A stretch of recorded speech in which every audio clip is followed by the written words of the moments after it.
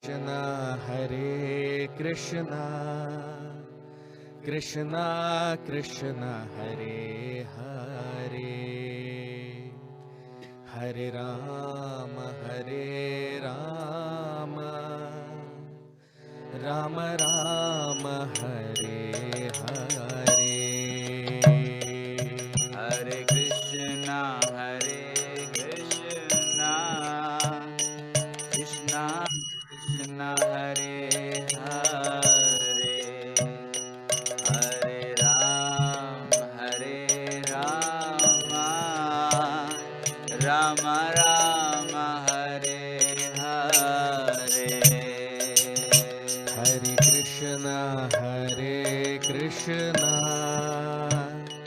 Krishna Krishna Hare Hare Krishna. Hare Rama Rama Rama Hare Hare Hare Krishna Krishna Krishna Hare Hare Hare Rama Rama Rama Hare Hare Hare Krishna Krishna Krishna Hare Hare Hare Rama Rama Rama Hare Hare Hare Krishna Krishna Krishna Hare Hare Hare Rama Rama Rama Hare Hare Hare Krishna Krishna Krishna Hare Hare Hare Rama Rama Rama Hare Hare Hare Krishna Krishna Krishna Hare Hare Hare Rama Rama Rama Hare Hare Jaya Radha Madhava Jaya Kunja Vihari Jaya Gopi Janvallabha Jaya Girivardhari Jai Radha Madhava Jayo Kunja Vihari Jayo Gopi Janavallabha Jayo Girivardhari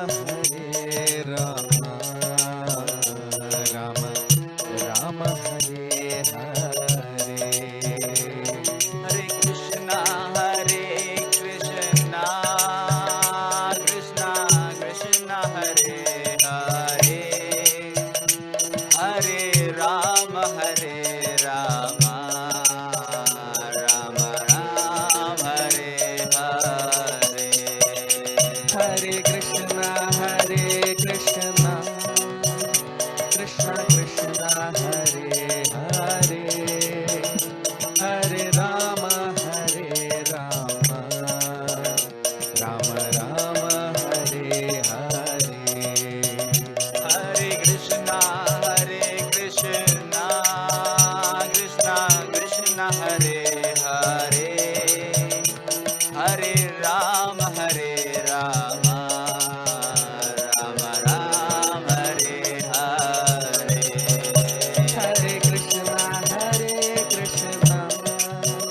Krishna Krishna Hare Hare Hare Rama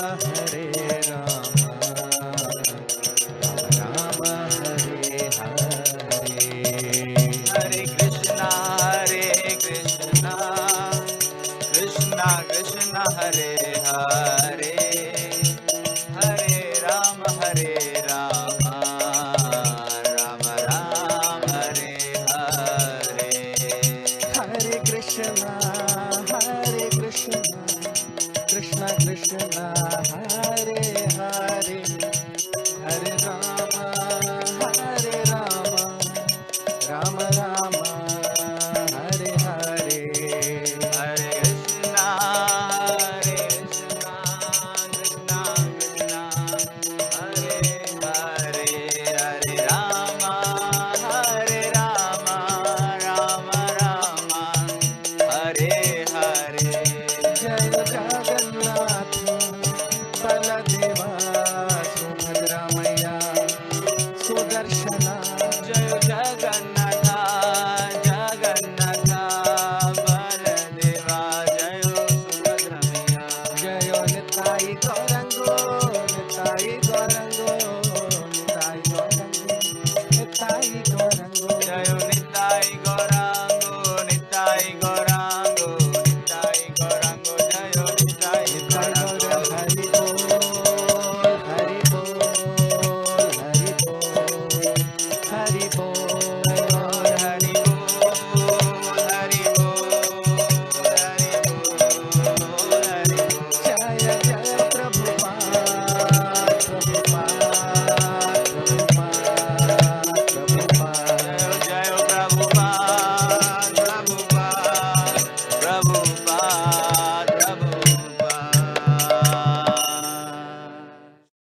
Hare Krishna Krishna Krishna Hare Hare Hare Rama Rama Rama Hare Hare Hare Krishna, Krishna Krishna, Hare Hare, Hare Rama, Rama Rama, Hare Hare. Hare Krishna Krishna Krishna Hare Hare Hare Rama Rama Rama Hare Hare Hare Krishna, Krishna Krishna, Hare Hare, Hare Rama, Rama Rama, Hare Hare. Hare Krishna Krishna Krishna Hare Hare Hare Rama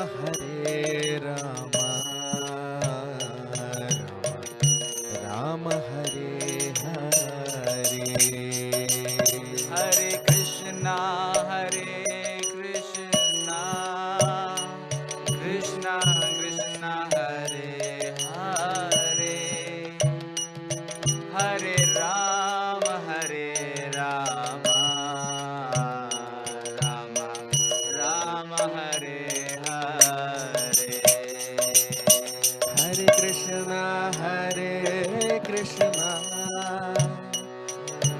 Krishna Krishna Hare Hare Hare Rama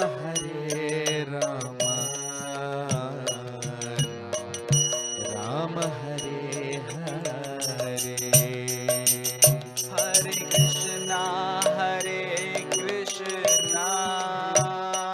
Krishna Krishna, Hare Hare, Hare Rama, Rama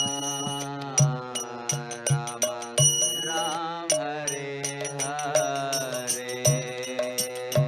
Jaya Radha Madhava Jaya Kunja Vihari Jaya Gopi Janvallabha Jaya Girivaradhari Jai Radha Madhava, Jayo Gunja Vihari, Jayo Gopi Janavallabha, Girivaradhari. Jaya Radha Madhava Jaya Kunja Vihari Jaya Gopi Janvallabha Girivaradhari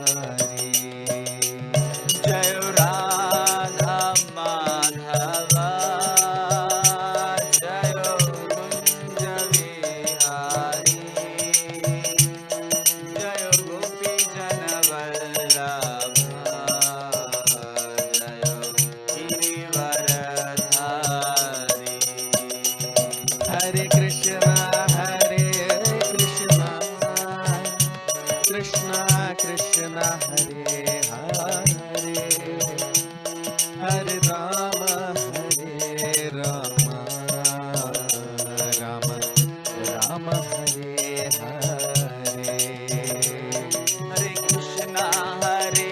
Krishna, Krishna Krishna, Hare Hare, Hare Rama, Rama Rama, Hare Hare.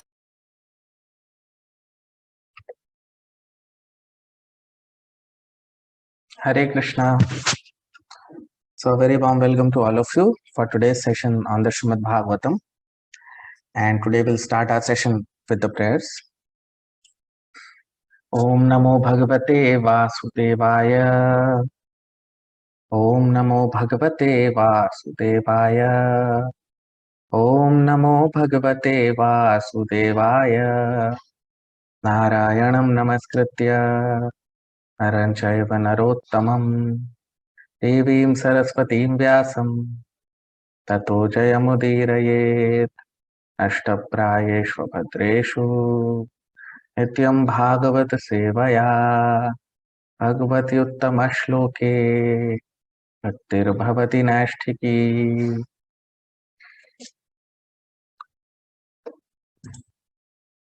So we saw in our previous session, Arjun, he is remembering Lord Krishna and is telling that whatever qualities I had, I am that same Arjun, I have the same Gandiv bow, I have the same arrows, I have the same chariot, I have the same horses, everything I have, same. And I am that same Arjun also. But in the absence of Lord Krishna, everything has become zero. So without Krishna's blessing, every material accomplishment are compared to big, big zeros. So we discussed that how the Lord, he blesses his devotees, and the Lord blesses his devotees, and the devotees are fully dependent on the mercy of Lord Krishna. So today we'll start with text 27, shloka number 27. Desha kalartha yuktani hrittapopasamani cha haranti smarataschitam govindabhihitani me. Desha kalartha yuktani hrittapopasamani cha haranti smarataschitam govindabhihitani me. Translation. Now I'm attracted to those instructions imparted to me by the personality of Godhead Govind, because they are impregnated with instructions for relieving the burning heart in all circumstances of time and space. Now you see, what is Arjun saying here? So Arjun is remembering the beautiful pastimes of Lord Krishna, which he was a part of. And not only that, he is remembering particularly the special instructions imparted to him by the Lord Krishna in the battlefield of Kurukshetra, the instructions of the Bhagavad Gita. He is remembering. So that's why he is saying that Desha Kalartha Yuktani, Desha Kal Artha Yuktani.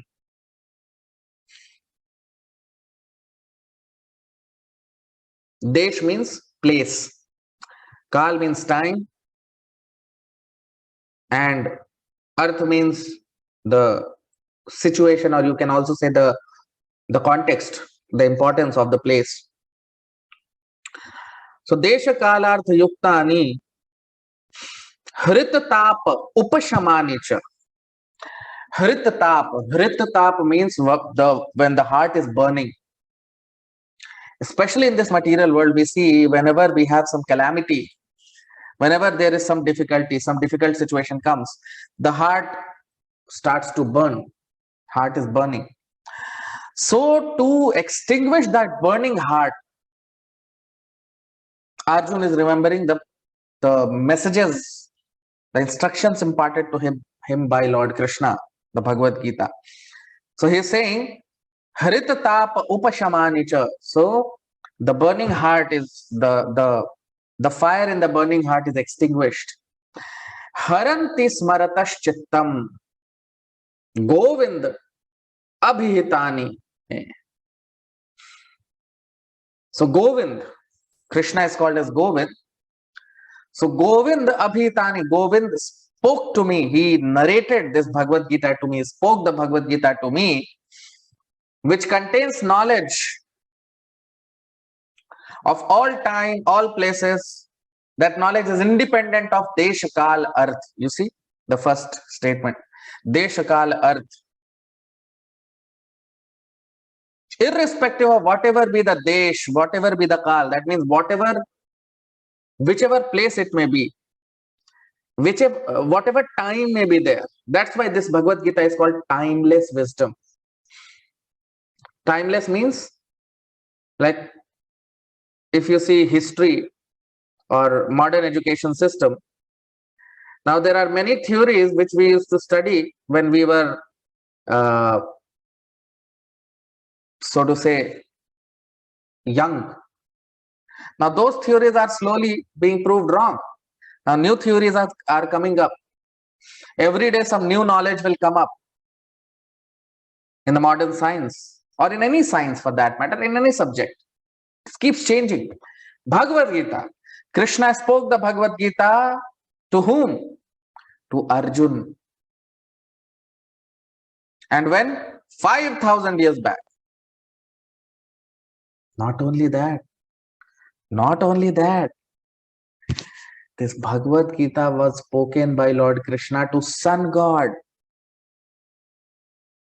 This Krishna says in the Bhagavad Gita. I'll try to show that shloka to all of you.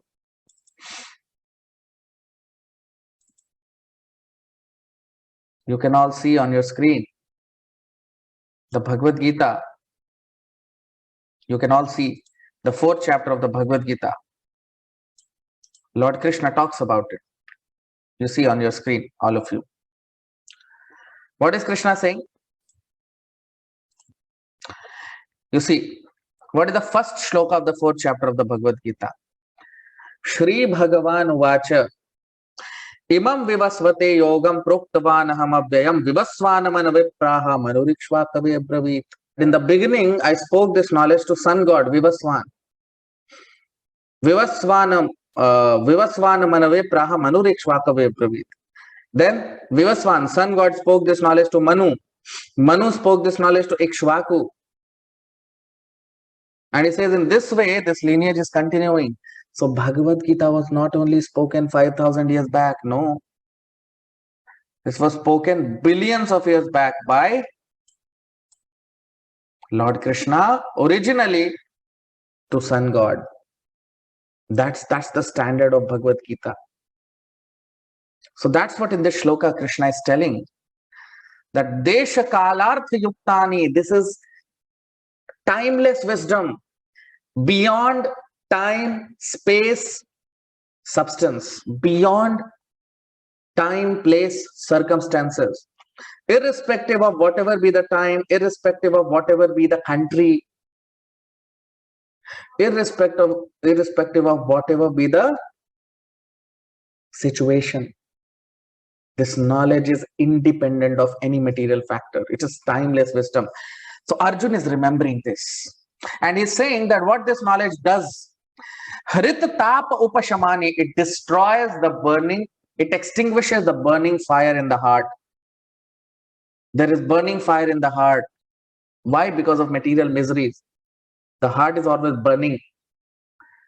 So this knowledge extinguishes that burning fire of this material existence. And Haranti Smaratas Chittam.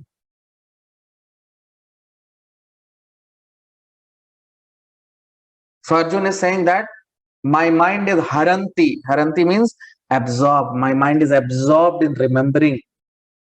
Govinda, which Govind spoke to me, which Krishna spoke to me, I am remembering that knowledge.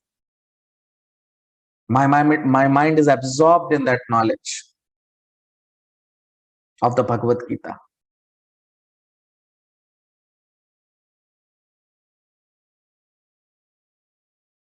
So Bhagavad Gita is not Indian book. It's not a Hindu book. Many people have made it Hindu book. No. Where does Krishna say in the Bhagavad Gita that this is Hindu literature? Or where Krishna says that I'm a Hindu god? Never. Unfortunately, in Kali Yuga, people have no knowledge. So they say Krishna is Hindu god. Bhagavad Gita is a Hindu book. No. You see what Arjun is saying here? Desha Kala, Artha Yuktani, it is beyond any country. It has no boundaries, the Bhagavad Gita. It is applicable in every country, at every place, at every time, in all circumstances, this Bhagavad Gita is applicable. There is nothing called as Hindu god or Muslim god, or like sun is one. Is there something called as Hindu sun or Muslim sun or Christian sun? No. Similarly, God is one. So the knowledge is also one book, Bhagavad Gita. And Bhagavad Gita, it is mentioned by our great Acharya that it is the essence of all Vedic wisdom. Not only that, Krishna also says that in the Bhagavad Gita.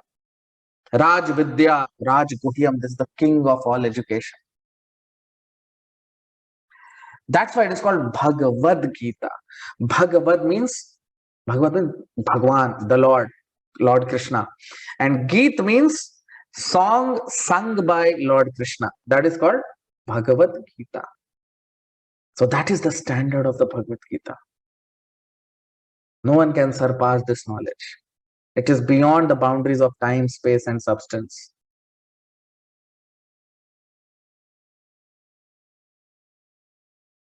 Because Krishna knew that in Kali Yuga people will not be able to understand all the Vedic scriptures. So that's why in 700 verses he has covered the essence of everything. And mercifully, Lord Krishna left behind him the message of the Bhagavad Gita for all human, for the whole humanity. Because whole humanity in Kali Yuga is very degraded. People are very degraded. They cannot understand the Vedas, Shastra, all these things. And what is the purpose of all the Vedas? What is the purpose of all the Vedas? The purpose of all the Vedas is to ultimately surrender to Krishna. And that's what Krishna says in the Bhagavad Gita. Vedaischa sarvairaham eva vedyu. All the Vedas are meant to make us surrender to Krishna. And that's what Bhagavad Gita, the essence of the teachings of Bhagavad Gita is. So, Krishna is not limited by matter. He can convert matter into spirit and spirit into matter. That is the capacity of, that is the potency of Lord Krishna. That he can convert spirit into matter and matter into spirit. So, the Lord can manifest himself through the agency of matter. And Bhagavad Gita is that sound vibration. The Lord has incarnated him. The Lord has transcended. And he has entered into this material sound, which is the Bhagavad Gita. So Bhagavad Gita is basically sound representation of Krishna. Why? Because the Supreme Godhead is absolute. His form, his name, his pastimes, his entourage, everything is absolute, one. And that's why the word that he speaks, that is also absolute, one. And there is no difference between Krishna and his sound vibration, which is the Bhagavad Gita.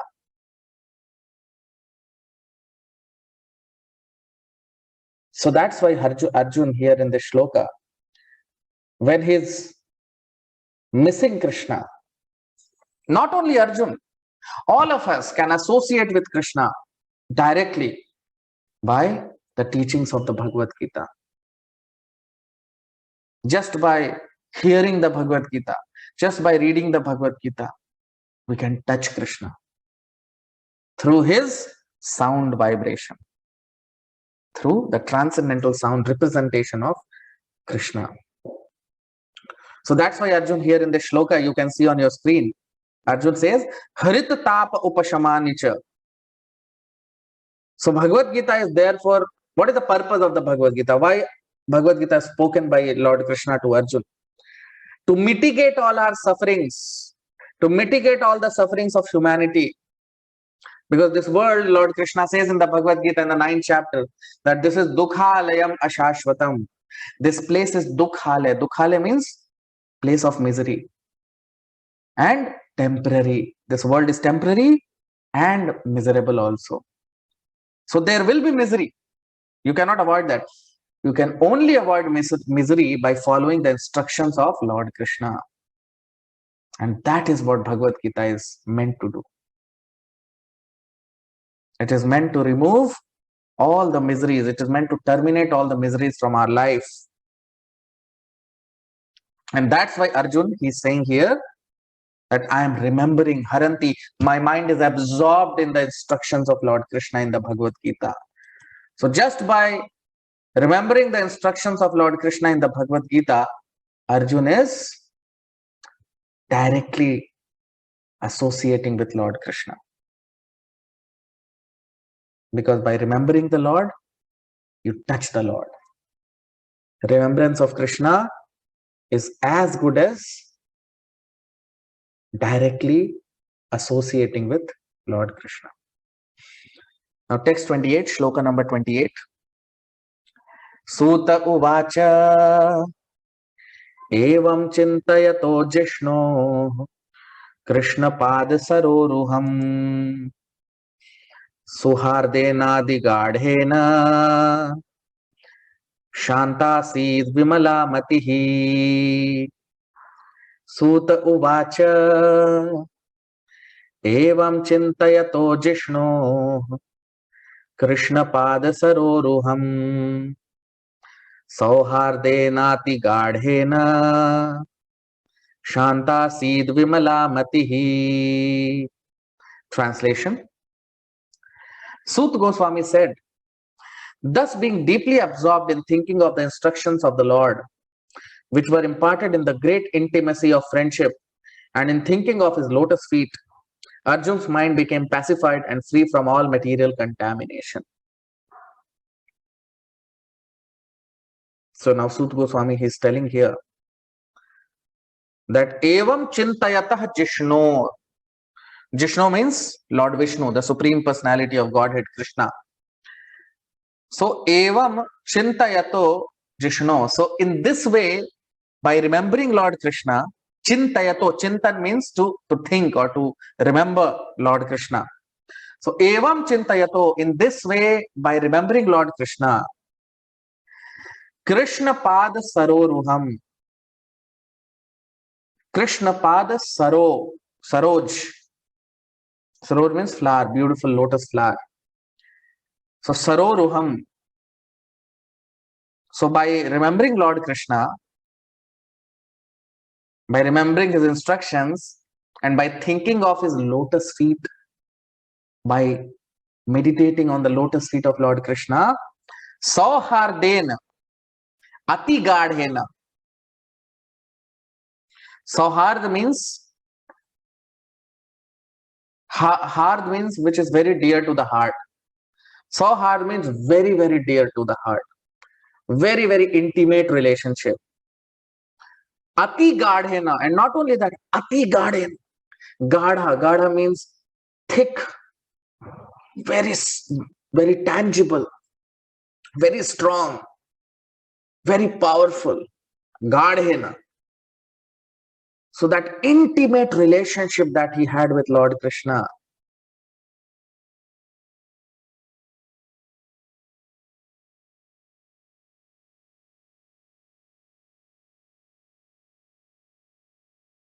that intimacy that he had with Lord Krishna, that relationship of intimate friendship with Krishna, because of which he had heard the instructions of Lord Sri Krishna. So Krishna Pada Saroruham, he could remember all the instructions of Lord Krishna.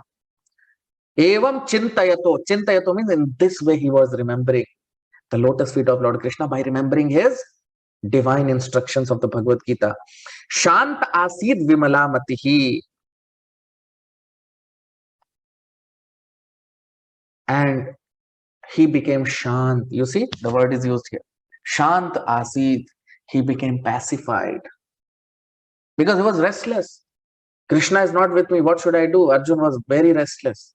Without Krishna, he was not willing to live any longer. He was almost very dejected, very sad, very morose. But by remembering Krishna's instructions in the Bhagavad Gita, and by remembering the lotus feet of Lord Krishna, he could get over this miserable position. He got over his weakness of the mind. This weakness of the heart was overcome. So there are two things, matter and spirit.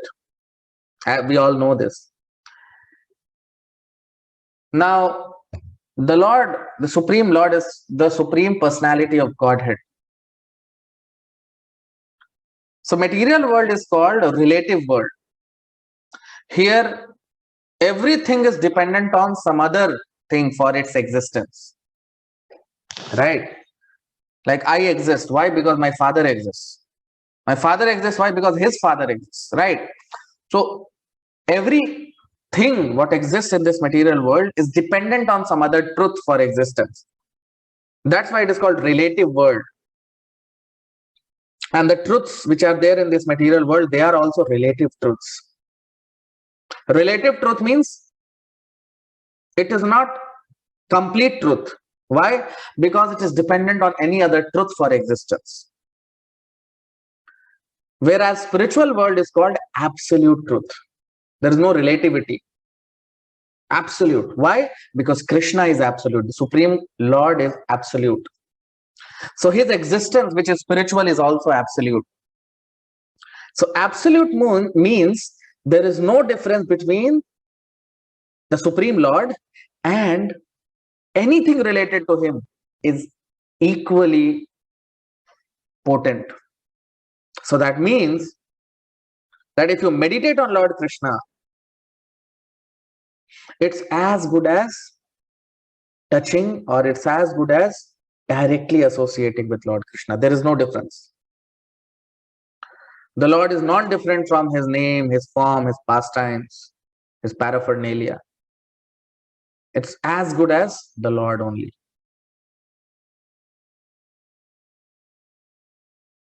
And in the Shastras, it is said that Krishna Surya Sama Maya Haya Andhakar Yaha Krishna Taha Nahi Maya Radhikar. That means Krishna is like sun and Maya is like darkness. Whenever sun is out in the sky, there cannot be darkness on earth, isn't it? If sun is there in the sky, can you expect darkness? Impossible. Darkness means absence of sun. So absence of Krishna is Maya. And wherever Krishna is there, there cannot be Maya. There cannot be material existence. So that is why Sri Chaitanya Mahaprabhu, he says that the only way to be delivered from this contamination in the material world is to chant and remember always Krishna.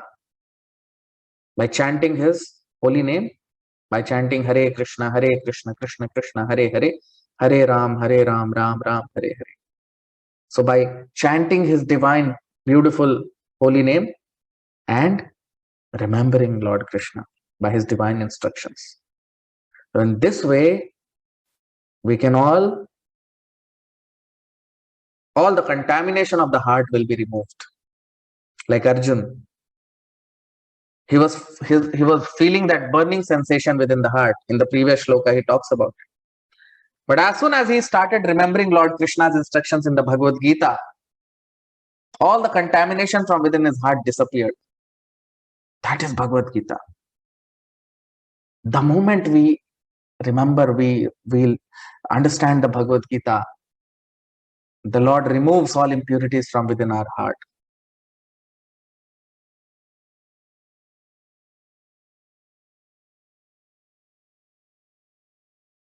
So, of course, Arjun's weakness of the heart is not because of his material,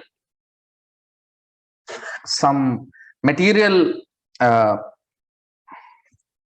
incompetence. No. He is feeling the weakness of heart because he is feeling separation from Lord Krishna. Because he is feeling that separation from Lord Krishna. That's why he is feeling that weak, he's experiencing the weakness of heart. So that is natural for a devotee. He cannot live without Krishna. He wants to go back to Krishna. Arjun is also same. He is remembering Krishna. So when it is spiritual, when Lord is there, when Lord Krishna is there. Now materially, if you are separated from someone, it only gives misery. There is no happiness. But spiritual life is completely different. Completely different. So when we, in spiritual life, when we feel separation from Lord Krishna, that is a source of transcendental bliss. Normally, materially, if there is separation, it's painful. Spiritual, when you feel separation from Krishna, it's blissful. Because the more you feel separation from Krishna, the more you become pure. And the more you become pure, the more you attract mercy of the Lord. And the more you attract mercy of the Lord, the more we are able, the more we approach And a time comes when we are able to see the Lord face to face. So in spiritual life, in Krishna conscious life, the more we feel separation from Krishna, the more we advance spiritually. And it's a source of bliss. It's not painful. Of course, it is painful, but it results in blissful state where you are always with Krishna. The more you feel separation from Krishna, the more you are with Krishna. So these are all higher subject matters. The more we advance in devotional life, we understand all these things more clearly. Now, text 29, shloka number 29. Vasudevangranudhyana परिबृंहित रंहसा भक्त्या निर्मथिता शेष कषायधिषणोऽर्जुनः वासुदेवाङ्घ्रनुध्यान परिबृंहित रंहसा भक्त्या निर्मथिता शेष कषायधिषणोऽर्जुनः. Translation: Arjun's constant remembrance of the lotus feet of Lord Shri Krishna rapidly increased his devotion, and as a result, all the trash in his thoughts subsided. You see, so what is Arjun saying here? What is Sut Goswami saying? So he says, Vasudeva Angri Anudhyana. Vasudev means Krishna. Angri means his lotus feet. Angri means the lotus feet of the Lord. So Vasudeva Angri Anudhyan. Anudhyan. Dhyan means meditation. Dhyan does not mean simply close your eyes and sleep. No. Actual meaning of dhyan is dhyana vasthita tad gatena manasa pashyanti yam yoginaha. Dhyan means dhyan avasthit. When you remember Vishnu, that is dhyan. Nowadays, these modern yoga societies, they teach people to meditate. And in the name of meditation, what do they teach people? They teach people how to sleep nicely. Close your eyes and sleep. I've seen that. There was one yoga society. I went there to see what they do. Actually, they invited me for some session on Sunday. Long back it was. So I went there and they switched off all the light. There was no light. And then they switched on a dim light. And then they told everyone, now we have to think, meditate, all this. No Krishna in picture, no Vishnu. So anyways, I was sitting there and I was observing what they are doing. I tell you, then they told, okay, now all of us will keep quiet. We'll sit silent and we'll close our eyes and meditate. And they played some sound, some very soft sound, something. And actually I saw after 2-3 minutes, people started snoring. I could hear snoring of people. Like this. Because it was dark, so you cannot see people's faces, but you can hear their snoring. And then after 10 minutes, they switched on the light. And then the teacher asked, so how is everyone feeling? And everyone, yes, we feel very nice. Why? Why you feel nice? Because you slept nicely. So when you sleep nicely, you feel nice, no? Meditation. Super meditation, sleep. Right? So that is not dhyan. That is mental activity. Dhyan is a spiritual activity. Dhyan means meditation on Lord Vishnu. You see here, what is Sut Goswami saying in this shloka? Exactly the same thing. You see, Vasudevangri Anudhyana. Anudhyan is always on Vasudeva Angri. Where we have to meditate? On the lotus feet of Vasudeva Krishna. That should be meditation. Not closing our eyes and sleeping. No, that is not meditation. That is mental activity. That is not spiritual activity. So, Arjun. So, what is Sud Goswami saying? Vasudevangre anudhyana. So, dhyan means meditation. Anudhyan means constant meditation without breakage, without breaking. Constant meditation on whom? Vasudevangri, on the lotus feet of Lord Vasudeva. Paribrahmitaram hasa. Paribrahmitaram hasa.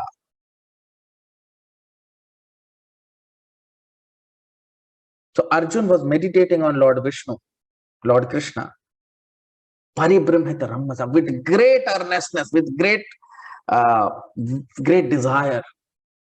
Bhaktya nirmatita shesha. And how will you meditate on Krishna if you are not a devotee? If you are not a devotee, can you meditate? No. You must be a devotee. So, he was meditating on Lord Krishna, but bhaktya, in devotion. In devotion, he was meditating on Lord Krishna. Nirmathita ashesha. Nirmathita. Nirmathita means destruction, destroy. Destruction of what? Ashesha kashaya.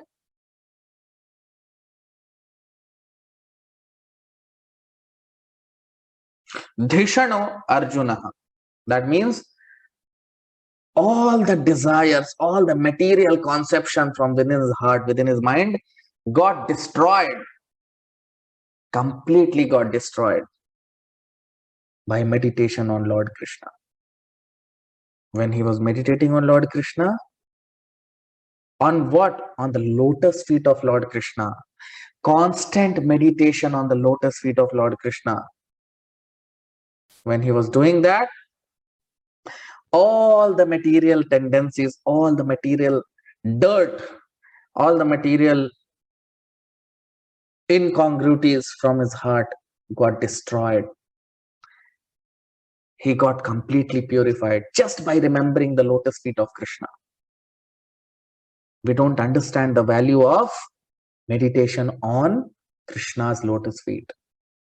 In Kali Yuga, the meditation on Krishna's lotus feet is possible by chanting Hare Krishna Mahamantra. Meditating on the lotus feet of Krishna in the previous ages during Dwapar Yuga, Treta Yuga, Satyuga. In this Yuga, meditation on the lotus feet of Krishna means to chant Hare Krishna Mahamantra. Hare Krishna, Krishna Krishna, Hare Hare, Hare Ram, Ram Ram, Hare Hare.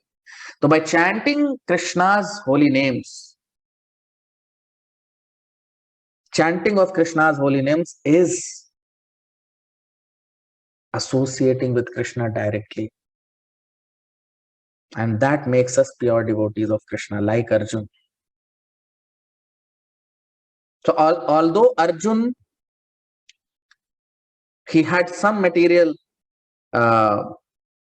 it looked as if he is materially again contaminated, but no. Within his heart, he was always remembering Krishna. Within his heart, he was constantly meditating on Lord Krishna. And that's why, that is the meaning of a pure devotee, like Arjun. So all these impurities of the heart, what is the cause of that? The cause is our so many lifetimes we have cultivated these material desires, material thoughts. And this will not go in one day. It requires constant practice of bhakti, constant practice of devotional service to get over all these things. But Arjun, because he's a pure devotee, as soon as he was in some difficulty, again he remembered Krishna's pastimes. And immediately he became purified. So when we are neophytes, when we are beginner devotees, when we are beginning our bhakti, so it is said that Krishna is like, he comes and he takes care of us. But when we advance in devotional service, Krishna also tests us that how much we want to remember Krishna. In the beginning, Krishna will make arrangements so that we remember him. But when we are advancing, then Krishna also tests us that how much we want to remember him. right? So this is how devotional service unfolds. These are all secrets of devotional service. So that's what we see here. Arjun, he is immersed in the thoughts and meditation on Lord Krishna's lotus feet, and because of which he has become completely purified now. So all of you can like the video, you can comment on the video, and we'll stop here. We'll continue our discussion in the next session. Thank you so much. Hare Krishna.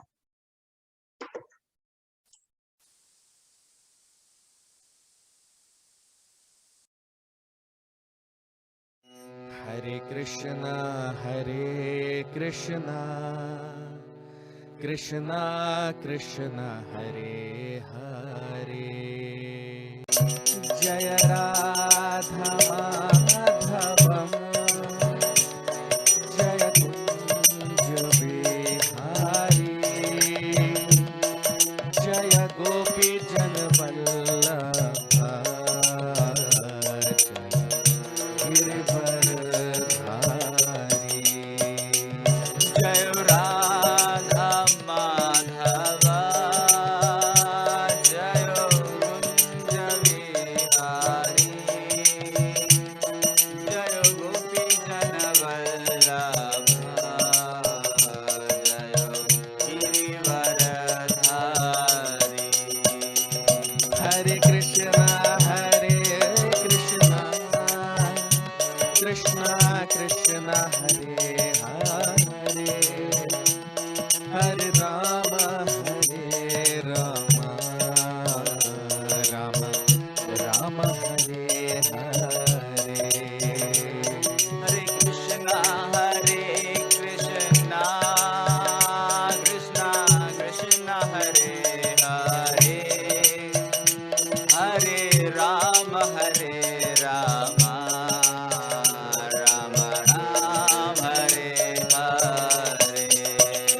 Hare Krishna,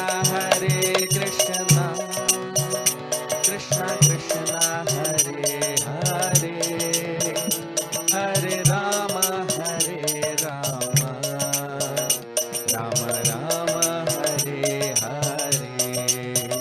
Hare Krishna, Hare Krishna, Krishna Krishna, Hare Hare, Hare Rama, Hare Rama, Rama Rama, Hare Hare. Hare Krishna, Krishna Krishna, Hare Hare, Hare Rama, Rama Rama, Hare Hare. Hare Krishna, Hare Krishna, Krishna Krishna, Hare Hare, Hare Rama, Hare Rama, Rama Hare Hare. Hare Krishna, Krishna Krishna, Hare Hare, Hare Rama, Rama Rama, Hare Hare. Hare Krishna, Krishna Krishna, Hare Hare, Hare Rama, Rama Rama, Hare Hare. हरे कृष्णा। आप सबका बहुत बहुत स्वागत, हार्दिक अभिनंदन आज के भागवत के सत्र में। और प्रार्थना के साथ अपने सत्र को प्रारंभ करेंगे। ओम नमो भगवते वासुदेवाय, ओम नमो भगवते वासुदेवाय, ओम नमो भगवते वासुदेवाय। नारायणं नमस्कृत्य नरं चैव नरोत्तमं देवीं सरस्वतीं व्यासं ततो जयमुदीरयेत्। नष्टप्रायेषु भद्रेषु नित्यं भागवत सेवया भगवति उत्तमश्लोके भक्तिर्भवति नैष्ठिकी। तो हमने देखा अपने पिछले सत्रों में अर्जुन भगवान श्री कृष्ण को स्मरण कर रहा है और वो पूर्णतः भगवान के चिंतन में डूबा हुआ है, और साथ ही साथ वो भगवान का स्मरण करते हुए वो ये भी कह रहा है, जैसे हमने अपने पिछले सत्र में देखा, अर्जुन कह रहा है कि मैं वही अर्जुन हूं, मेरे पास वही गांडीव है, मेरा वही धनुष है, मेरे पास सब कुछ वही है।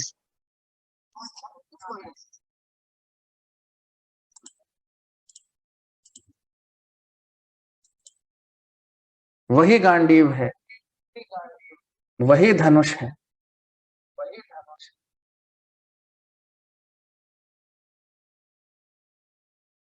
वही तीर है, वही घोड़े हैं, वही रथ है, लेकिन भगवान कृष्ण के न होने से सब कुछ मुझे शून्य लग रहा है। तो एक भक्त जो है भगवान के प्रेम की वजह से भगवान के बिना नहीं रहना चाहता इस दुनिया में, और उसे सब कुछ शून्य लगता है। तो हमने देखा था कि भगवान की कृपा के बिना कितनी भी हम भौतिक प्रगति कर लें, सब कुछ शून्य है। तो अब आज हम 27वें श्लोक से अपनी चर्चा को प्रारंभ करेंगे। 27वां श्लोक। देश कालार्थ युक्तानि हृततापोपशमानि च हरन्ति स्मरतश्चित्तम् गोविन्दाभिहितानि मे। देश कालार्थ युक्तानि हृततापोपशमानि च हरन्ति स्मरतश्चित्तम् गोविन्दाभिहितानि मे। ट्रांसलेशन, अनुवाद।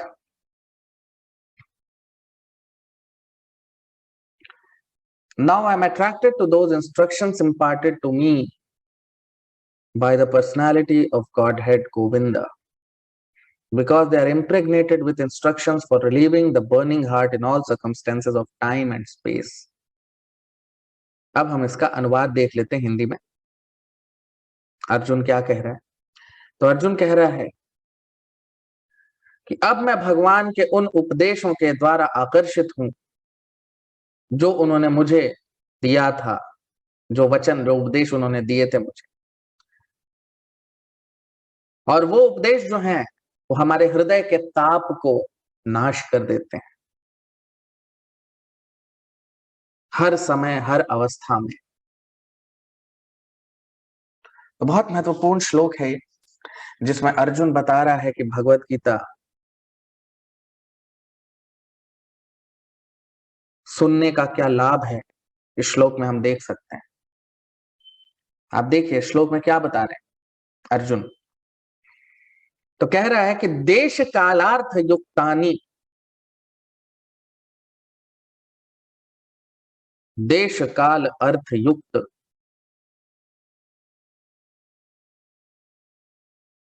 कि किसी भी देश में हो, किसी भी समय हो, या किसी भी अवस्था में, हृत ताप उपशमानी। हृत, हृत मतलब हृदय हमारा। तो हृदय में जो ताप है, ताप का मतलब जलना, ये भौतिक जगत भगवान ने ऐसा बनाया है। ये भौतिक जगत जो है इसको भगवान भगवत गीता में बताते हैं दुखालयम अशाश्वतम। ये दुखालय है और अशाश्वत है, यानी एक तो यहाँ पे दुखी है मुख्यतः, और साथ ही साथ ये अशाश्वत यानी क्षणिक भी है, शाश्वत नहीं है। तो भौतिक जगत में इसीलिए हमारे हृदय में हमेशा हृदय जलता रहता है किसी ना किसी कारण से, किसी के प्रति ईर्ष्या से, या कभी डर से, मृत्यु के डर से, अलग अलग, क्योंकि हृदय हमेशा जलता रहता है। तो अर्जुन कह रहा है यहां पे कि हृत ताप उपशमानी, कि हृत यानी हृदय का जो ताप है, हृदय का जो जलना है, उसे उपशमान, उपशम मतलब उसे शांत कर देता है। क्या? भगवान का। अभी देखते हैं क्या। हरंति स्मरतश्चित्तम, हरंती, तो वो जो स्मरण है मेरा, हरंती स्मरतश, स्मरतश मतलब वो मुझे, मैं स्मरण कर रहा हूं, और हरंती मेरा मन, मेरा मेरे मेरे मेरा चित्त जो है वो पूर्णतः उसमें डूब चुका है। किसमें? भगवान के उपदेश में। अब देखिए अंतिम जो पंक्ति है उसमें क्या कह रहे हैं, गोविंद अभिहितानि में, गोविंद ने जो मुझे उपदेश दिए, गोविंद ने जो मुझे ज्ञान दिया, क्या कहते हैं उस ज्ञान को? भगवद गीता। तो अर्जुन यहां पे भगवत गीता के ज्ञान की महिमा को बता रहा है। वो कह रहा है कि इस ज्ञान को जब हम पाते हैं, जब ये ज्ञान भगवान से मिलता है या किसी भी कारण से जब ये ज्ञान हमें होता है, इसका ज्ञान होता है इस भगवत गीता का, तब क्या होता है? हरित ताप उपशमानि च, तो हमारे हृदय का जो ताप है, हमारा हृदय जो जल रहा है, वो शांत हो जाता है। तो भगवत गीता का मतलब क्या है? भगवद गीता, भगवद गीता, भगवद का मतलब भगवान, और गीत का मतलब भगवान के द्वारा जो गीत गाया गया है उसे भगवत गीता कहते हैं। तो भगवान के श्रीमुख से जो गीत निकले हैं उसे भगवत गीता कहते हैं। और अर्जुन यहाँ पे उस बता रहा है कि भगवत गीता की क्या शक्ति है, उसका क्या महत्व है। आप देखिए, कह रहा देश कालार्थ युक्तानि, कि ये जो भगवत गीता, ये जो ज्ञान भगवान ने मुझे दिया, गोविंदाभिहितानि में, गोविंद के द्वारा दिया हुआ जो मुझे ज्ञान है, ये गोविंद अभिहितान, ये गोविंद ने दिया है मुझे ये ज्ञान। और देश काल अर्थ युक्तानि, चाहे वो कोई भी देश हो, चाहे वो कोई भी समय हो, ये देश, समय और अवस्था पे निर्भर नहीं करता ये ज्ञान। इसलिए इस ज्ञान को कहा गया है, इंग्लिश में इसको कहते हैं, अंग्रेजी में टाइमलेस विजडम, कि ये ज्ञान हर समय, हर अवस्था और हर परिस्थिति में ये पूर्णतः ज्ञान है, पूर्ण ज्ञान है। ये उस पर निर्भर नहीं करता।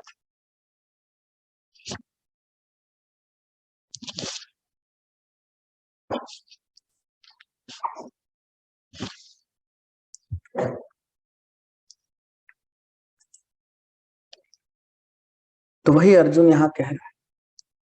अब देखिए, जो भौतिक ज्ञान होता है, जैसे हम विज्ञान में जो पढ़ते हैं नियम वगैरह, जो भी हमने बचपन में पढ़ा है, आज वो सारे नियम बदल गए। आज वो सारे जो किताबें हैं बदल चुकी हैं। जो ज्ञान आज से 25-30 साल, 40 साल पहले जो ज्ञान था, अब ज्ञान पूर्णतः बदल चुका है। ज्ञान का माध्यम बदल चुका है, सब कुछ बदल गया।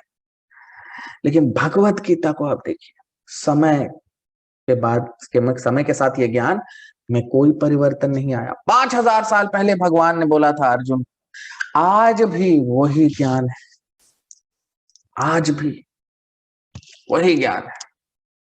और हमें क्या लगता है कि सिर्फ भगवान ने अर्जुन को 5000 साल पहले बोला था? नहीं, आइए आपको दिखाते हैं कि भगवत गीता वास्तविक रूप में किसे बोली गई थी और कब बोली गई थी। आइए दिखाता हूं आपको। आप देखिए भगवान क्या कह रहे हैं। भगवान ही तो बताएंगे सबसे पहले ये ज्ञान उन्होंने किसको दिया।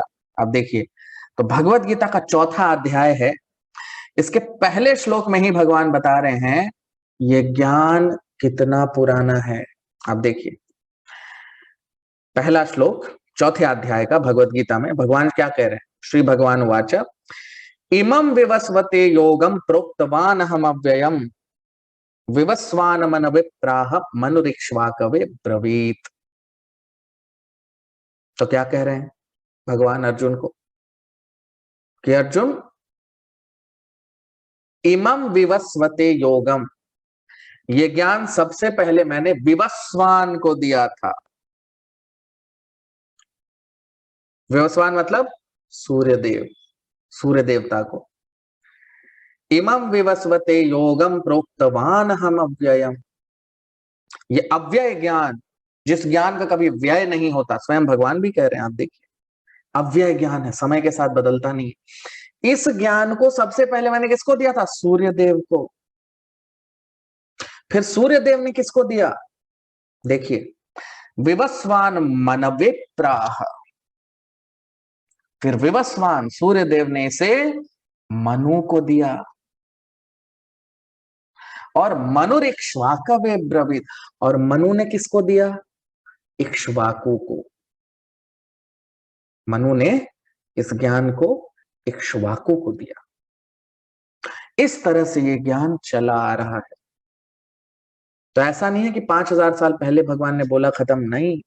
भगवत गीता सबसे पहले सूर्यदेव को बोली थी भगवान ने। और ये तो हम इस कल्प की बात कर रहे हैं।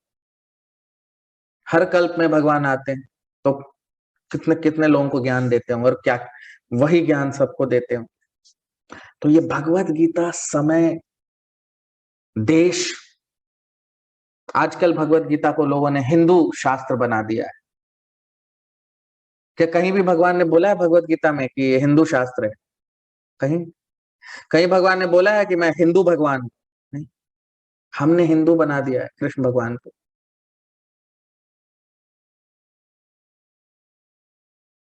कहीं ऐसा सुना है आपने, अरे ये भारत का सूर्य है, ये पाकिस्तान का सूर्य है, ये अमेरिका का सूर्य है? नहीं, ये हिंदू सूर्य है, ये मुस्लिम सूर्य है, ये क्रिश्चियन सूर्य है। कहीं होता है ऐसा? नहीं होता ना। तो जब सूर्य एक है, चंद्र एक है, तो भगवान 100 कैसे हो सकते हैं? एक ही भगवान है। कृष्णा अलग अलग नाम से बुलाते हैं। तो भगवान कह रहे हैं यहाँ पे इस श्लोक में कि सबसे पहले ये ज्ञान उन्होंने विवस्वान को दिया। तो ये ज्ञान जो है, आप देखिए अर्जुन क्या कह रहा है। वापस हम आते हैं अपने भागवत के श्लोक में। तो आप देखिए अर्जुन क्या कह रहा है इस श्लोक में।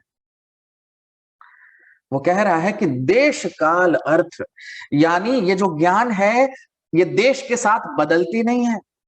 ऐसा नहीं है कि भगवत गीता भारत में कोई कुछ और नियम है और अमेरिका में कुछ और नहीं। किसी भी देश में, किसी भी अवस्था में, किसी भी समय पे भगवत गीता का ज्ञान वही रहेगा और उतना ही शक्तिशाली होगा। और ये क्या करता है, इस ज्ञान को लेने से क्या होता है वो भी कह रहा है अर्जुन। क्या कह रहा है देखिए, हरित ताप उपशमानि च, ये ज्ञान जो समय, किसी भी समय, किसी भी देश, किसी भी अवस्था में उतना ही ज्यादा इसको हम प्रयोग कर सकते हैं, उपयोग कर सकते हैं। ये ज्ञान क्या करता है? हरित ताप उपशमानि, हमारे हृदय का जो ताप है उसका नाश कर देता है, उसे शांत कर देता है। और अर्जुन कह रहा है श्लोक में कि हरंति स्मरतश्चित्तम, मेरे चित्त में, मेरे हृदय में मैं पूर्णतः डूब चुका हूं इस ज्ञान में। ये ज्ञान को मैं स्मरण कर रहा हूं, मैं डूब रहा हूं इसमें। और जो गोविंद ने मुझे दिया था, कृष्णा ने मुझे दिया था।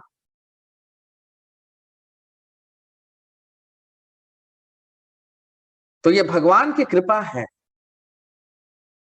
कि भगवान जब आते हैं तो अपने पीछे भगवत गीता छोड़ के जाते हैं।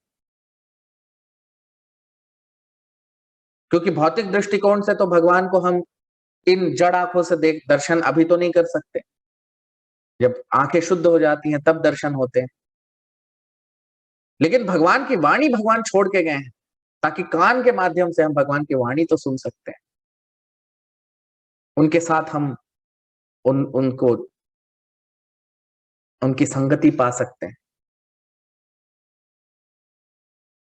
तो भगवान जड़ को चेतन और चेतन को जड़ कर सकते हैं, मैटर को स्पिरिट और स्पिरिट को मैटर में बदल सकते हैं।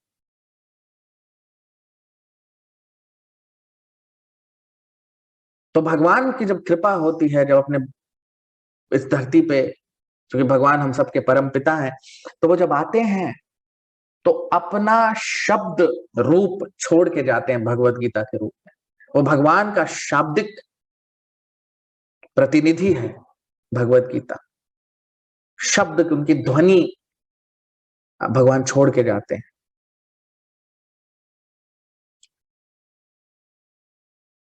और आध्यात्मिक दृष्टिकोण से भगवान में और उनके ध्वनि में कोई अंतर नहीं, वही शक्ति, वही सब कुछ, कोई अंतर नहीं।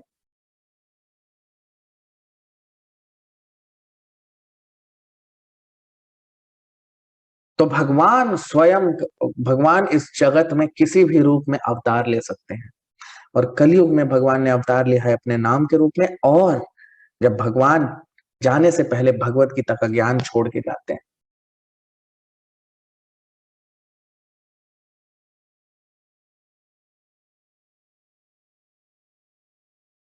क्योंकि ये जगत दुखालयम अशाश्वतम है, दुखालय है, यहाँ पे दुख है, और अशाश्वत, ये क्षणिक है।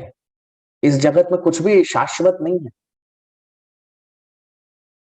तो हमारे जो भी दुख हैं, जो भी परेशानियां हैं, उन सब का नाश करना ये भगवत गीता ही कर सकती है, कोई और शास्त्र इसमें सक्षम नहीं।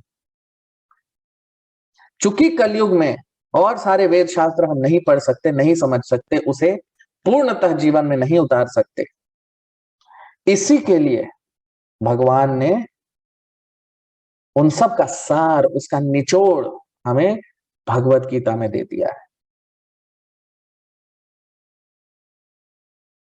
तो अर्जुन वही कर रहा है, उसी ज्ञान का आश्रय ले रहा है, क्योंकि हृदय में उसे बहुत दुख हो रहा था, वो हृदय में उत्तेजित हो रहा था, क्योंकि भगवान नहीं थे।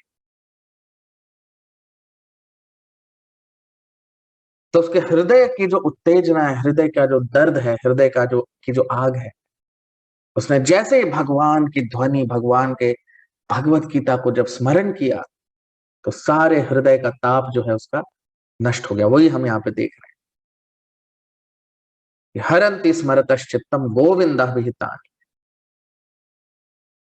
तो भगवत गीता भगवान ने बोली ही इसी के लिए है, क्योंकि इस जगत में शाश्वत सुख नहीं मिल सकता किसी को, क्योंकि ये जगत उनके लिए नहीं बनी है। शाश्वत सुख सिर्फ वैकुंठ में, आध्यात्मिक जगत में मिलता है। तो इस जगत में भी अगर किसी को सुख चाहिए, उसके सारे दुखों का नाश चाहिए उसे, तो उसे भगवत गीता में भगवान के उपदेशों का पालन करना पड़ेगा। इसी के लिए भगवान भगवत गीता छोड़ के जाते हैं कि हम, और इसीलिए यहाँ पे कहा है अर्जुन ने, विशिष्ट रूप में यह कह रहा है कि देश काल अर्थ, ये देश और काल पे निर्भर नहीं है ये ज्ञान। हर युग में, हर लोक में, हर समय, हर अवस्था में ये ज्ञान सबसे परम ज्ञान है, सबसे राज विद्या है। ज्ञान में सबसे श्रेष्ठतम ज्ञान है भगवत गीता का ज्ञान। तो अर्जुन इस ज्ञान को याद कर रहा है, स्मरण कर रहा है, और उसके स्मरण से उसके जो हृदय की दुर्बलता है उसका नाश हो रहा है। हृदय की जो आग है उसका, वो शांत हो रही है, शांत हो गई है। 28वां श्लोक। सूत उवाच एवं चिन्तयतो जिष्णु कृष्ण पाद सरोरुहम सौहार्देनाति गाढ़ेन शांतासीत् विमला मतिः। सूत उवाच एवं चिन्तयतो जिष्णु कृष्ण पाद सरोरुहम सौहार्देनाति गाढ़ेन शांतासीत् विमला मतिः। Translation, अनुवाद। Sut Goswami said, thus being deeply absorbed in thinking of the instructions of the Lord, which were imparted in the great intimacy of friendship, and in thinking of his lotus feet, Arjun's mind became pacified and free from all material contamination. अब हम इसका अनुवाद देख लेते हैं हिंदी में, अर्जुन क्या कह रहा है, सूत गोस्वामी क्या कह रहे हैं। तो सूत गोस्वामी कह रहे हैं, इस तरह से पूर्णतः भगवान के चिंतन में डूब गया जब अर्जुन उनके उपदेशों के ऊपर, जो उसे बहुत ही घनिष्ठ मित्रता की वजह से भगवान ने उसे दी थी, और उनके चरण कमलों का ध्यान स्मरण करने लगा वो, तो अर्जुन का मन पूर्णतः शांत हो गया, सारे बुराइयां नष्ट हो गई। तो अब सूत गोस्वामी कह रहे हैं, एवं चिंतयतो जिष्णो, इस तरह से चिंतन करते हुए, इस तरह से भगवान का ध्यान करते हुए, देखिए क्या कह रहे हैं, सूतवाच एवं चिंतयतो जिष्णो, इस तरह, एवं मतलब इस तरीके से, चिंतयतो जिष्णो, भगवान को याद करते, उनका स्मरण करते हुए, कृष्ण पाद सरोरुहम, कृष्ण पाद मतलब कृष्ण भगवान के चरण कमल, सरोरुहम, सरोरुहम मतलब कमल, सरोवर में जो फूल होता है कमल का फूल, तो सरोरुहम, तो कृष्ण पाद भगवान के चरण कमल का चिंतन कर रहा था। अब देखिए किसका चिंतन कर रहा था, क्या कह रहे हैं, चिंतयतो जिष्णो, चिंतन किस पे होना है, विष्णु पे, भगवान विष्णु पे चिंतन होना है। तो इस तरह से वो चिंतन करने लगा, वो मन उसको याद स्मरण करने लगा, उसे ध्यान करने लगा, किस पे, कृष्ण पाद सरोरुहम, भगवान के चरण कमल का स्मरण कर रहा था वो। सौहार्देन, सौहार्द, सौहार्द का मतलब, हार्द मतलब जो बहुत प्रिय है मुझे, सौहार्द मतलब मित्रता, जो मित्र हमें बहुत प्रिय होता है। अति गाढ़ है ना, गाढ़ी, गाढ़ा, बहुत ही गाढ़ा, बहुत ही घनिष्ठ, बहुत ही घनिष्ठ मित्रता की वजह से भगवान ने अर्जुन को भगवत गीता सुनाई। शांता सीध विमलामति ही, तो अर्जुन ने एवं चिंतयतो, जब इस तरह से अर्जुन ने भगवान के चरण कमल का स्मरण करना शुरू किया, जब उसे ध्यान करना शुरू किया भगवान के चरण कमल पे, तब, और भगवान के वो उपदेश जो भगवान ने उसे बहुत ही घनिष्ठ मित्रता की वजह से उसे उपदेश जो सुनाया था, तो अर्जुन उसको याद करने लगा, भगवान के चरण कमल का स्मरण करने लगा। शांतासीत, तब उसे, उसका हृदय शांत हो गया, उसकी मति, उसकी बुद्धि, उसका मन शांत हो गया, शांति आ गई। अब देखिए,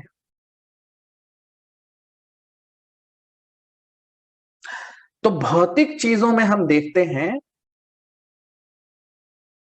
कि चीजें भिन्न होती हैं। भौतिक वस्तुओं में जो सत्यता होती है, जो सत्य हम कहते हैं, सत्य, ट्रुथ, ये सब क्षणिक सत्य होते हैं, ये परम सत्य नहीं कहलाते, ये सत्य कहलाते हैं, क्षणिक सत्य कहलाते हैं। क्यों? क्योंकि भौतिक जगत में हर सत्य किसी दूसरे सत्य के ऊपर निर्भर करता है। जैसे मैं हूं, क्यों? क्योंकि मेरे पिताजी थे, मेरे पिताजी थे क्योंकि उनके पिताजी थे, उनके पिताजी क्योंकि उनके पिताजी थे। हर सत्य किसी दूसरे सत्य पर निर्भर करता है। कोई भी सत्य ऐसा नहीं है जो शाश्वत सत्य हो भौतिक जगत में। आध्यात्मिक जगत बिल्कुल उल्टा है, वहां पे परम सत्य यानी भगवान श्री कृष्ण, सत्यम परम धीमहि, वो सत्य जो सभी सत्य का आधार है, वो है भगवान। हर सत्य अंततः किस सत्य से जुड़ा हुआ है? भगवान श्री कृष्ण से। तो वो जो हर सत्य का आधार है उसे परम सत्य कहते हैं, सत्यम परम।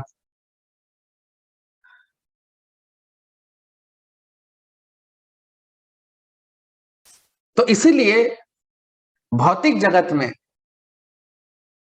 अगर मैं सिर्फ पानी पानी पानी बोलता रहूं तो मेरी प्यास नहीं बुझेगी, लेकिन आध्यात्मिक जगत में ऐसा नहीं। आध्यात्मिक जगत में सब कुछ परम सत्य पे निर्भर है, परम सत्य का वास है वहां पे। तो इसलिए भगवान का ध्यान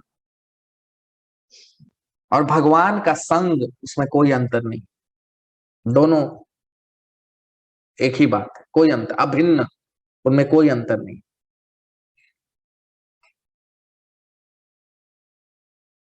तो अर्जुन भगवान का स्मरण करके भगवान का संग उसे अनुभव हो रहा था। और भगवान जो है, शास्त्रों में बताया गया, कृष्ण सूर्य समस माया हय अंधकार, यहां कृष्ण तहा नहीं माया अधिकार। तो भगवान कृष्ण जो है वो सूर्य के समान है और माया अंधकार के समान है। जैसे जब भी सूर्य होगा अगर आसमान में, आकाश में, जब भी सूर्य होगा आकाश में, तब अंधकार नहीं हो सकता। जब भी सूर्य होगा अंधकार का अस्तित्व नहीं हो सकता। अंधकार का मतलब है सूर्य जब नहीं है तभी अंधकार होगा। उसी तरह से भगवान कृष्ण जब हृदय में है तो अंधकार का कोई औचित्य ही नहीं है।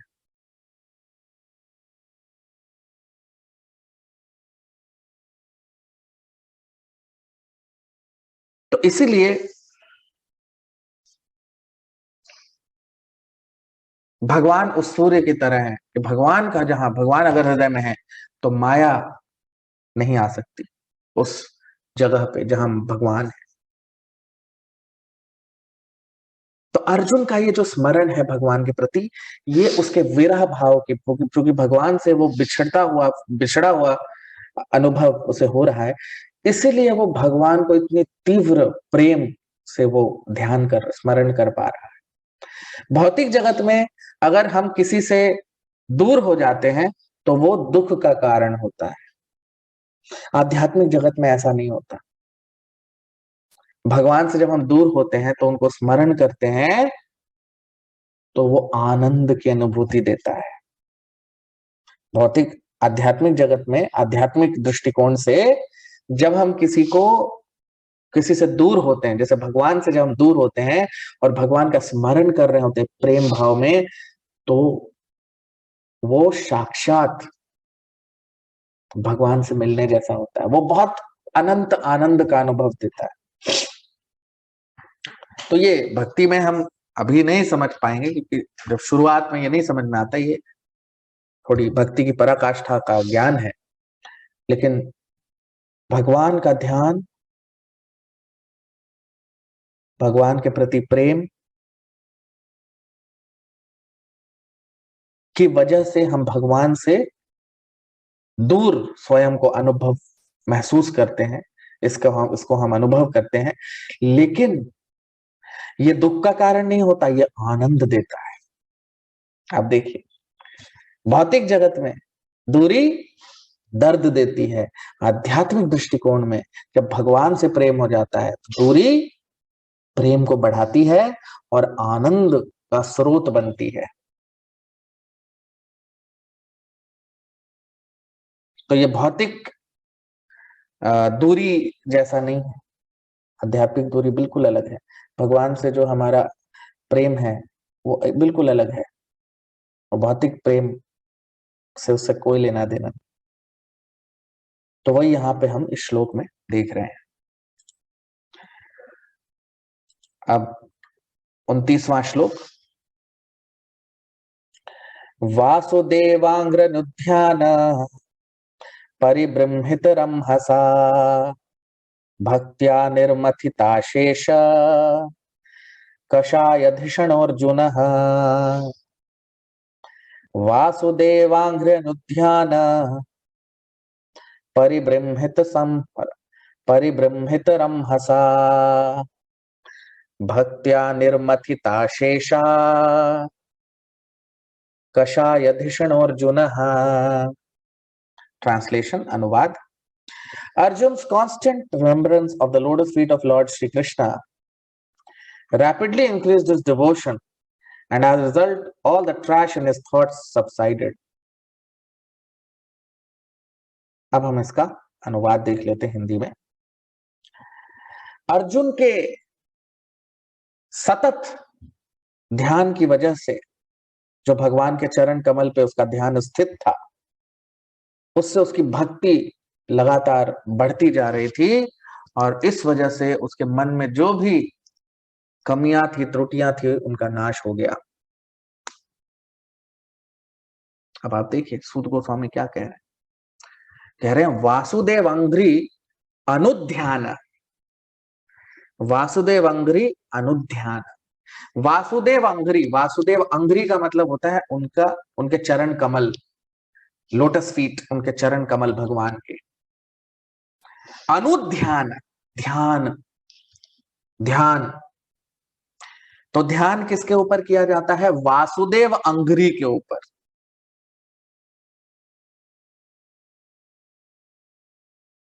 वासुदेव अंघ्रि के ऊपर ध्यान किया जाता है।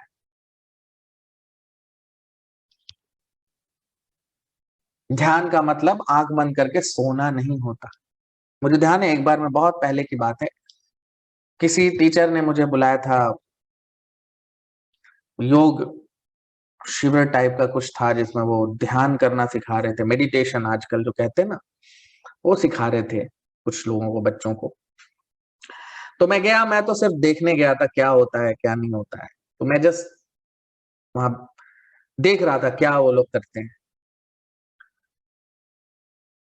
तो वो जो टीचर है, मास्टर साहब, वो आए और उन्होंने, हम जिस कमरे में सब बैठे हुए थे, सब लोग, एकदम से कमरे में सारे लाइट बंद कर दिए और अंधेरा हो गया।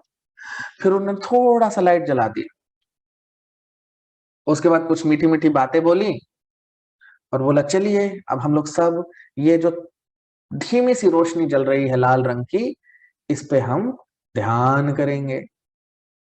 सब लोग आंखें बंद कर लीजिए, सभी लोग आंखें बंद कर लीजिए और हम ध्यान करेंगे। तो मैं तो सबको देख रहा था कि क्या चल रहा है, क्योंकि अंधेरा हो गया, अंधकार में कुछ दिख नहीं रहा था कौन है कौन नहीं है।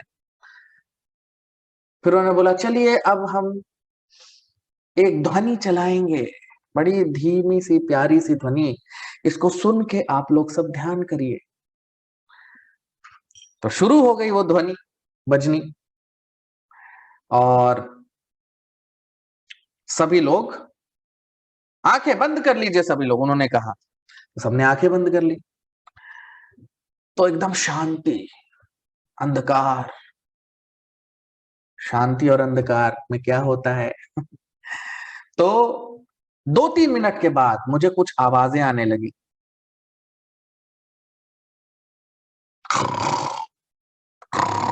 ऐसे ऐसे आवाज आने लगी। अब अंधकार में कुछ दिखता तो है नहीं। तो एक आदमी, फिर 2 आदमी, फिर 3 आदमी, मैंने कहा अरे ये तो खर्राटे ले रहे हैं सब लोग। ऐसे 10 मिनट तक चला। 10 मिनट के बाद उन्होंने लाइट जलाया, बोले और कैसा लगा सबको आज का ध्यान, मेडिटेशन? सबने बोला बहुत अच्छा, बहुत मास्टर जी, बहुत मजा आया, सोने को मिला ना 10 मिनट। तो ये ध्यान लोग करते हैं, ये सब कलयुग का ध्यान है।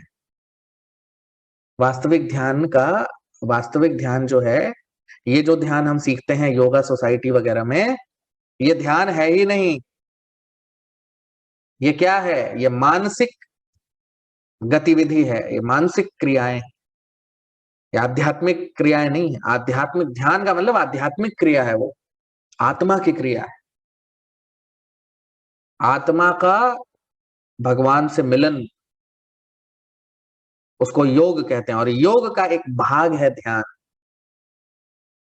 तो ध्यान किस पे करना है? अर्जुन कह रहा है यहाँ पे, देखिए श्लोक में क्या कह रहा है, शास्त्रों में बताया गया। ध्यानावस्थित तद्गतेन मनसा पश्यन्ति यम योगिनः। ध्यान का मतलब है अपने मन को भगवान में स्थिर कर देना, उसे ध्यान कहते हैं। तो यहाँ पे क्या कह रहा है, कह रहे हैं सूत गोस्वामी कि वासुदेव अंग्री अनुध्यान। तो अर्जुन वासुदेव अंग्री, वासुदेव यानी भगवान के चरण कमल पे अनुध्यान, अनुध्यान का मतलब होता है, ध्यान का मतलब स्मरण करना, उन पे ध्यान करना, और अनुध्यान का मतलब होता है लगातार, सतत, एक साथ लगातार बिना किसी रुकावट के करना। तो वासुदेव अंग्री अनुध्यान, तो भगवान के चरण कमल पे वो लगातार उसका मन उसमें डूब गया। और फिर क्या हुआ, परिब्रह्मत संहिता में परिब्रह्मत रमहसा। तो इससे परिब्रह्मित रमहसा, उससे भक्त्या, परिब्रह्मित रमहसा भक्त्या, भक्ति। भाई भगवान पे ध्यान तो उनका भक्ति कर सकता है ना, जो दानव है वो कैसे भगवान का ध्यान करेगा। तो भगवान का प्रेम से जो ध्यान करना है वो तो भक्ति करेगा। दानव भी ध्यान करते हैं लेकिन वो दुश्मन समझ के, शत्रु समझ के। तो एक भक्ति भगवान पे ध्यान कर सकता है प्रेम पूर्वक। तो परिब्रह्मित रमहसा भक्त्या, तो उसकी भक्ति बिल्कुल बहुत तेज गति से बढ़ी। और निर्मतिता अशेष कषाय, और निर्मथिता, और उसके मन में जितने भी दूषित, जितना भी प्रदूषण था, जितना भी त्रुटियां थी, निर्मथिता, सबका नाश हो गया। कैसे? जब उसने भगवान का ध्यान किया, भगवान पे लगातार ध्यान करने के कारण उसकी सारी बुराइयां नष्ट हो गई और वो पूर्णतः वापस से शुद्ध हो गया। तो वैसे हमको लगेगा कि अर्जुन में फिर से कैसे ये त्रुटियां आ गई, लेकिन ये त्रुटियों का कोई महत्व नहीं है। क्यों? क्योंकि जैसे ही त्रुटियां आई, उसने भगवत गीता, भगवान का ध्यान करना शुरू किया, उनके चरण कमलों का ध्यान किया, और वापस से उसकी त्रुटियां सारी खत्म हो गई। तो हम किसी भी अवस्था में हो, किसी भी समय, किसी भी काल में, हर अवस्था में भगवत गीता का ध्यान करते ही, भगवत गीता का स्मरण करते ही हमारे सारे त्रुटियां नष्ट हो जाती। तो अर्जुन के हृदय में जो भी अपवित्रता थी, जो भी उसके हृदय में त्रुटियां थी, वो आई कैसे, कैसे आती हैं? वो कई जन्मों के हमारे संस्कार हैं जिसकी वजह से ये होती हैं। और इसको शांत करने का, इसे नष्ट करने का एकमात्र मार्ग है भक्ति, भगवान की सेवा, भगवान का नाम, भगवान के बारे में सुनना। तो इस तरह से अर्जुन सारे बुराइयों से, हृदय की बुराइयों से मुक्त हो गया। तो आप में से जिन लोगों ने भी वीडियो लाइक नहीं किया है, लाइक कर लीजिए, कमेंट कर दीजिए, और यहीं पे आज अपने सत्र को विराम देंगे। इस चर्चा को हम आगे बढ़ाएंगे अगले सत्र में। आप सब आए, बहुत बहुत धन्यवाद। हरे कृष्ण।